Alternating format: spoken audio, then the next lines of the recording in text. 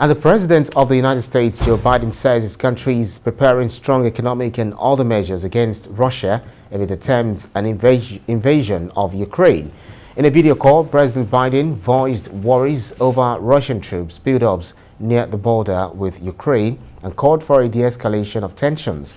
President Putin accused Ukraine of provocation and sought guarantees against eastward NATO expansion and deployment of weapons close to Russia.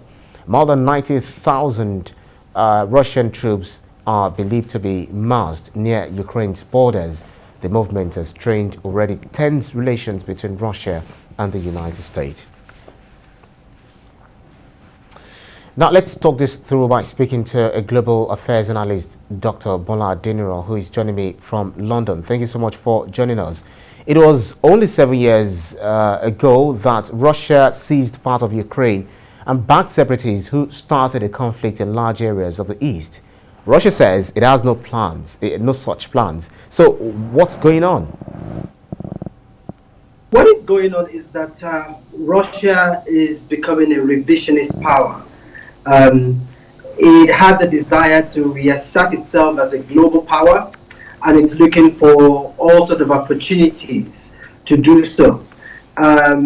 What we've seen since the end of the Cold War is that Russia has diminished significantly as an international big power player, and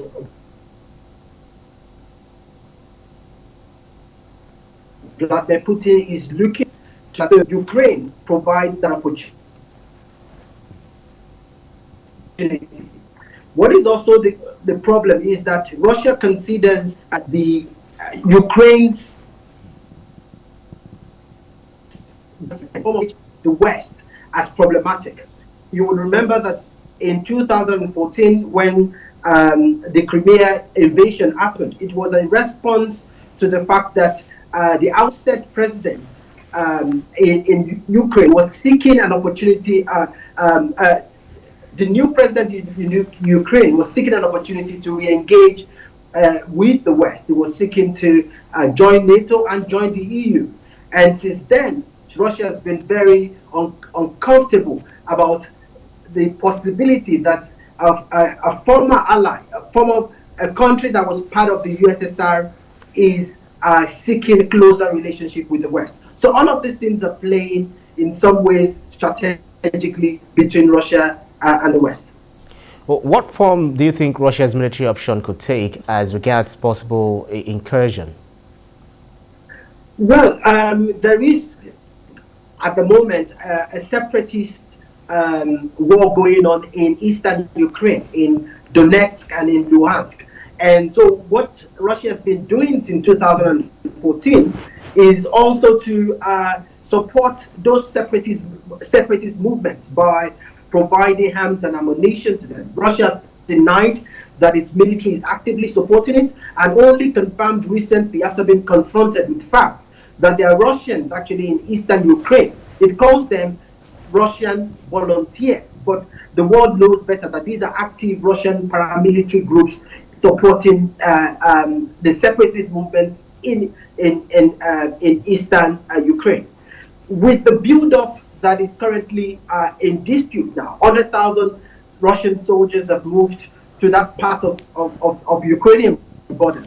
I think that what is likely to happen, it would not be a complete takeover of the whole of Ukraine. It would be Russian incursion into that part of eastern Ukraine to support the separatist movement, if there is anything at all.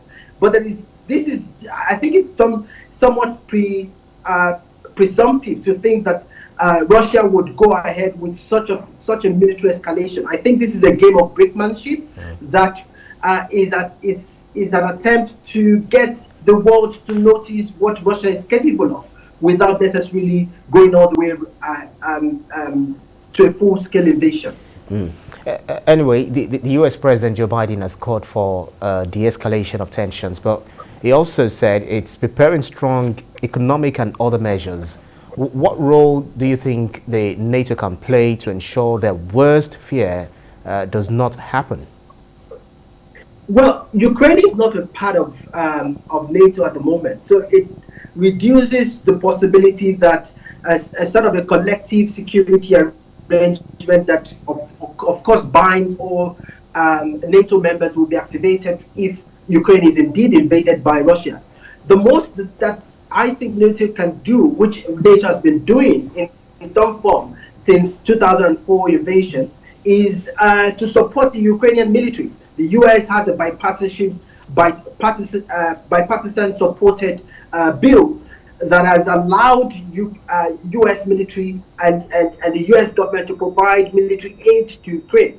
And there are suggestions that the Biden administration might seek to increase military aid to Ukraine, including sending military men to train Ukrainian armed forces. So I think deepening that would be a possibility in terms of the military option. But I think the most significant option would be for the US military and the US government to increase sanctions.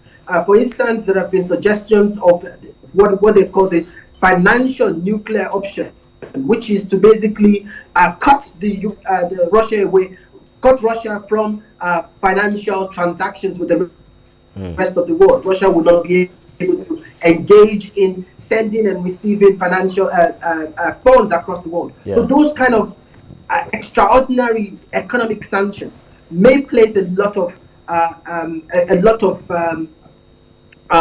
pressure on Russia, and I think that is probably what's going to happen. Right. Before I let you go, does Ukraine have the might when it comes to repelling any likely incursion in the event Russia makes an incursion? Do they have the matching firepower? No, unfortunately. I once wrote an article in 2014 that if this had happened at the beginning when the Soviet Union collapsed, Ukraine had the means to defend itself because it had nuclear weapons that were a fallout from the Cold War, but in a deal that allowed Crimea to be part of Ukraine. Ukraine transferred its nuclear weapons to the US, to Russia. But at the moment, Ukraine is in a better position than it was in 2014. We have to be able to say that clearly. Ukraine has more weapons, better, its army is better trained, but it's in terms of its comparative military strength to Russia, there is a wide gulf between both countries. Well, let's see what this is likely going to come out, because Ukraine is also saying this might happen towards the end of January. But then we'll keep close tabs on these and see how the events continue to unfold. Global Affairs Analyst Dr. Bola Adeniran, thank you so much for your insights. Thank you very much.